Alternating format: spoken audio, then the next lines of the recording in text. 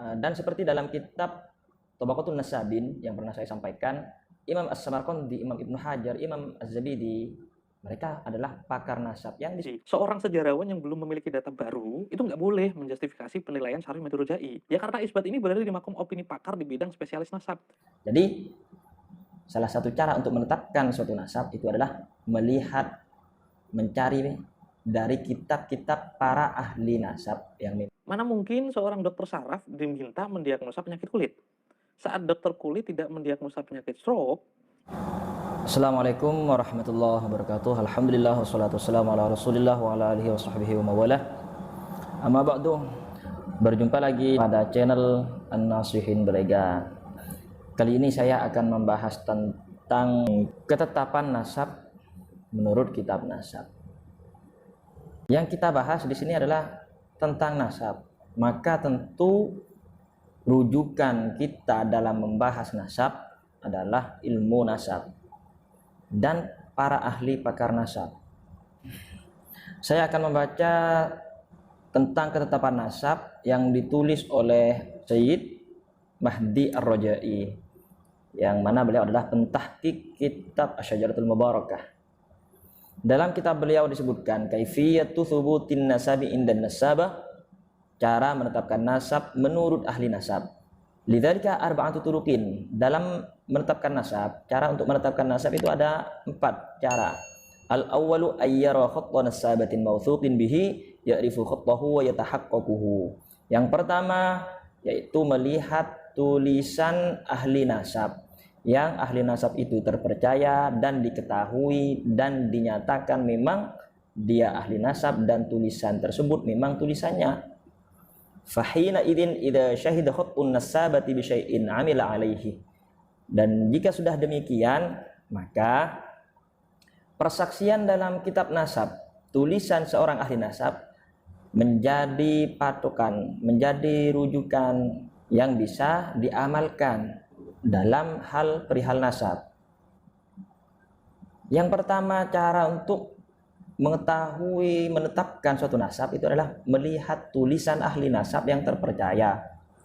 Jika sudah demikian, maka sudah cukup untuk menetapkan suatu nasab dengan berpedoman pada kitab tersebut, pada tulisan kitab nasab. Saya ambil contoh misalkan dalam tulisan Imam As-Samarqandi. Sebenarnya ini sudah banyak disebutkan bahwa As-Samarqandi menyebutkan Abdullah ada dan lain sebagainya, tapi saya akan membaca kitabnya sekarang. Beliau berkata, qultu ra'aitu fi ba'dhi ta'liqi ma suratuhu qala al-muhaqqiquna bi hadzal fanni min ahli Yaman. Kata Imam As-Samarqandi, saya melihat dalam beberapa catatan, tentu ini bukan catatan yang bisa saja diambil begitu saja oleh seorang Imam As-Samarqandi jika tidak diteliti terlebih dahulu. Catatan tersebut menyebutkan qala al-muhaqqiquna bi hadzal fanni, bahwa para ulama ahli tahqiq dalam bidang nasab min ahli Yaman wa Hadramaut, dari ahli Yaman dan Hadramaut, kal Imam Ibni Samurah, jadi Imam Ibni Samurah, wal Imam Al-Jundi Al-Janadi, wal Imam Al-Futuhi sahib kitab at-Talkhis, wal Imam Husain bin Abdurrahman Al-Ahdal, wal Imam Abil Hub Al-Bur'i dan lain sebagainya, menyebutkan bahwa kharaja Sayyid Asy-Syarif bin Isa wa ma'ahu waladuhu Abdullah fi jam'in min al-awladi wal qarabat, bahwasanya Sayyid Syarif bin Isa, Sayyid Ahmad bin Isa, beliau keluar, artinya pindah bersama putranya yang bernama Abdullah. Jadi di sini disebutkan bahwa Sayyid Syarif Ahmad bin Isa al-Muhajir, beliau mempunyai anak bernama Abdullah. Kemudian saya akan membaca lagi tulisan dalam kitab Al-Jundi yang menyebutkan Abdullah. Jadi saya sebutkan 2 kitab ini, namun banyak kitab yang lain. Kitab nasab yang menyebutkan Abdullah bin Ahmad Al-Muhajir. Ahbabtu an ulhiqa bihimul ladzina waraduha wa darasu fiha wa hum jama'atun min at-tabaqatil ula. Saya akan menyebutkan orang-orang yang masuk ke Taiz, kota Taiz, dan belajar mengajar di sana. Minhum, orang-orang tersebut, golongan tersebut, Abul Hasan Ali bin Muhammad bin Ahmad bin Jadid bin Ali bin Muhammad bin Jadid bin Abdullah bin Ahmad bin Isa bin Muhammad dan seterusnya. Jadi di sini menyebutkan Abdullah bin Ahmad bin Isa. Jadi Imam Ahmad mempunyai putra bernama Abdullah. Asluhu min Hadramaut, asalnya dari Hadramaut. Min asyrafin hunalika, dari golongan-golongan syarif keturunan Rasulullah di Hadramaut. Yu'rafuna bi ali Abi Alwi. Mereka dikenal dengan keluarga Abi Alwi. Kenapa disebut keluarga Abi Alwi?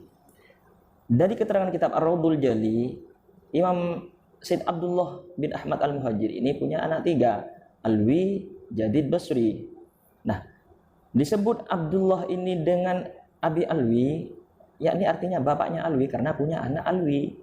Jadi keturunan Jadid, keturunan Basri disebut keluarga Abi Alwi, yakni Said Abdullah bin Ahmad Al-Muhajir sebagai bapaknya Alwi.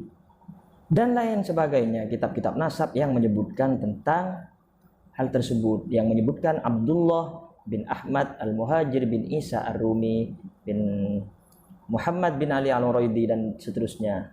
Dalam tulisan Kiai Haji Imaduddin, beliau menjelaskan begini. Dalam kitab nasab yang ditulis awal abad ke-9 nama Abdullah pun belum ada. Di kitab nasab yang ditulis oleh ulama, nasab tentu tidak mungkin sembarangan memasukkan nama yang tidak jelas. Kemudian yang demikian itu berbeda dengan kitab sejarah. Ini menafikan atau memungkiri kitab As-Suluk sebagai kitab sejarah yang menyebutkan Abdullah bin Ahmad Al-Muhajir dengan beralasan penulis sejarah meriwayatkan dalam kitabnya nasab tokoh yang ditulis sesuai pengakuannya. Ia tidak terlalu menuntut kesahihannya karena kesahihan nasab itu nanti bisa dikenali dan diuji oleh bidang yang lebih spesifik, yaitu bidang nasab. Namun tidak demikian menurut saya. Kata Imam Al-Harawi di sini disebutkan, "Fanaqulu qala Al-Harawi rahimahullah ta'ala fil Isyraq wal Mawardi rahimahullah ta'ala fil Hawi wal Ruyani rahimahullah ta'ala fil Bahri wa ghairuhum." Ulama-ulama ini Imam Al-Harawi, Imam Al-Mawardi, Imam Ar-Ruyani dan lain sebagainya itu menyebutkan ma hasluhu law syahida anna fulan ibn fulanin wakkala fulanan kanat syahadatun bin nasab kanat syahadatan bin nasab lil muwakkali dimnan wa bit tawkili aslan. Contohnya begini nih, ada 2 orang saksi mengatakan Abdullah bin Ahmad mewakilkan pernikahannya kepada Soleh misalkan. Nah, ketika dia mengatakan Abdullah bin Ahmad, maka ini juga termasuk persaksian bahwa Abdullah anaknya Ahmad. Otomatis, padahal dia menjadi saksi bahwa Abdullah mewakilkan pernikahannya kepada Soleh.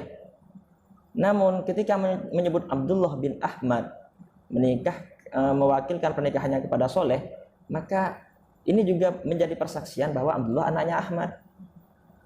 Jadi 2. Jadi dalam persaksian tersebut terkandung 2 kesaksian. Syahadatun bin nasab lil muwakkili dimnan. Jadi dalam kitab As-Suluk, Imam Al-Jundi menyebutkan tentang kisah sejarah seseorang. Namun dia menyebutkan secara rinci, dia bin ini, putra ini, putra ini, putra ini. Berarti secara otomatis menyatakan bahwa dia anaknya ini, anaknya ini, anaknya Abdullah, anaknya Ahmad, anaknya Isa dan seterusnya.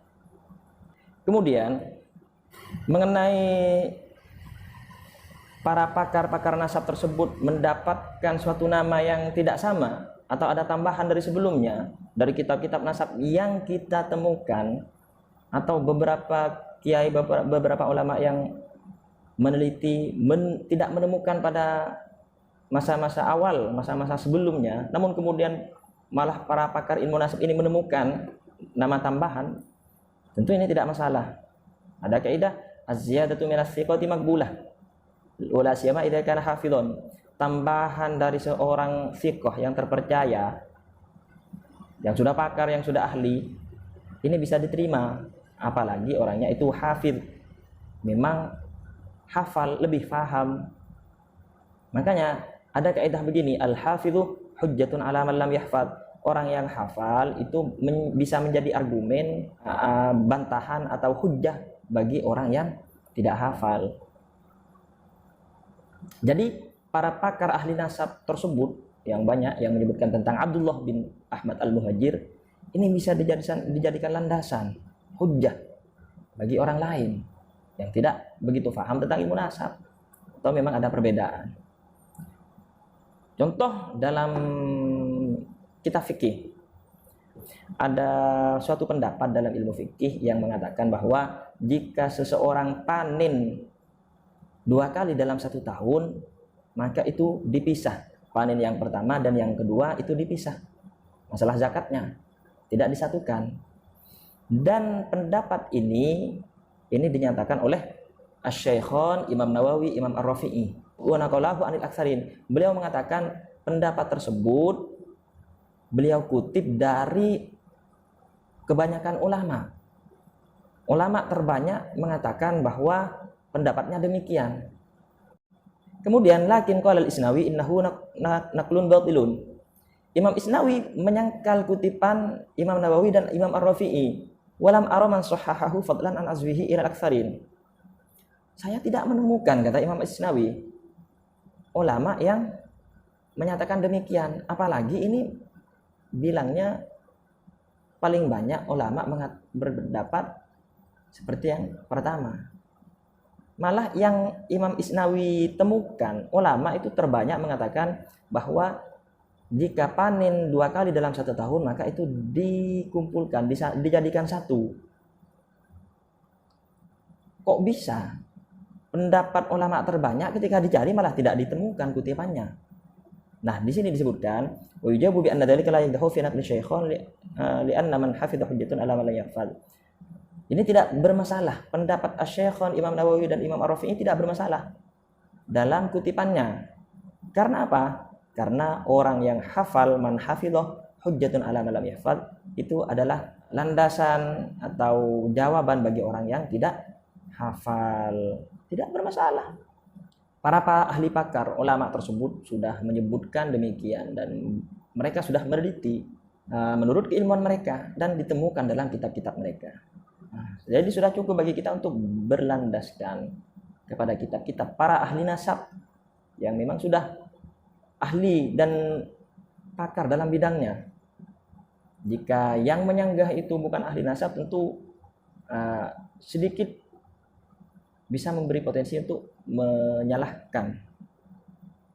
Jadi salah satu cara untuk menetapkan suatu nasab itu adalah melihat, mencari dari kitab-kitab para ahli nasab yang memang ahli dan pakar dan terpercaya, fiqh, sudah terpercaya dan diketahui itu tulisannya dan memang dinyatakan itu tulisannya dan diketahui, dikenal ahli nasab tersebut memang sudah pakar.